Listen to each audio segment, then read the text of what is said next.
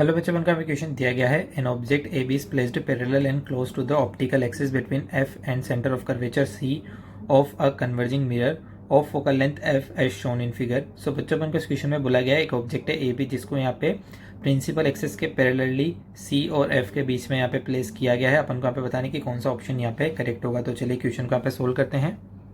So according to question कुछ इस प्रकार की सिचुएशन अपन को यहाँ पे दे रखी है। एक ऑब्जेक्ट ए बी है जिसको यहाँ पे प्रिंसिपल एक्सिस के पैरेलली सेंटर ऑफ कर्वेचर और फोकस के बीच में रखा हुआ है।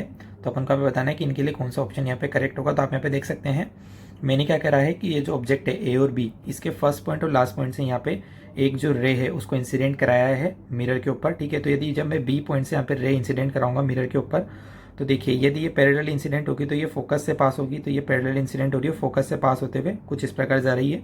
एक इससे जो दूसरी रे है वो क्या होगी, यदि मैं फोकस से रे इंसिडेंट कराऊंगा तो वो आफ्टर रिफ्लेक्शन क्या हो जाएगी, यहाँ पे पैरेलल हो जाएगी। आफ्टर रिफ्लेक्शन वो क्या हो जाएगी, यहाँ पे पैरेलल हो जाएगी। तो ये दोनों रेज होगी वो कुछ इस पॉइंट पे यहाँ पे मीट हो रही है। ठीक है, तो इसको मैंने बी डैश बोल दिया।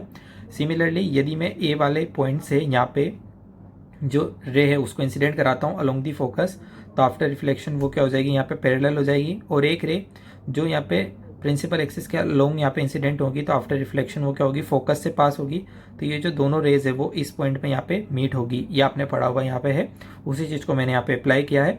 तो जो अपने पास रिजल्टेंट इमेज है ए डैश और बी डैश की वो कुछ इस प्रकार यहाँ पे बनेगी। ठीक है, तो आप यहाँ पे क्लियरली देख सकते हैं कि जो ए वाला पॉइंट है, इमेज ऑफ ए है, वो क्या हो रही है, इस मिरर के क्लोजर यहाँ पे बन रही है।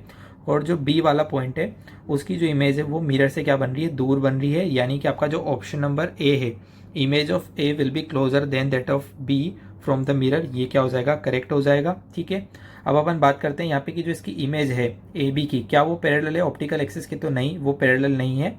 वो क्या है, जो ऑप्टिकल एक्सिस से उससे क्या है, इंक्लाइंड है। ठीक है ना, ऑप्टिकल एक्सिस से क्या है, वो इंक्लाइंड है।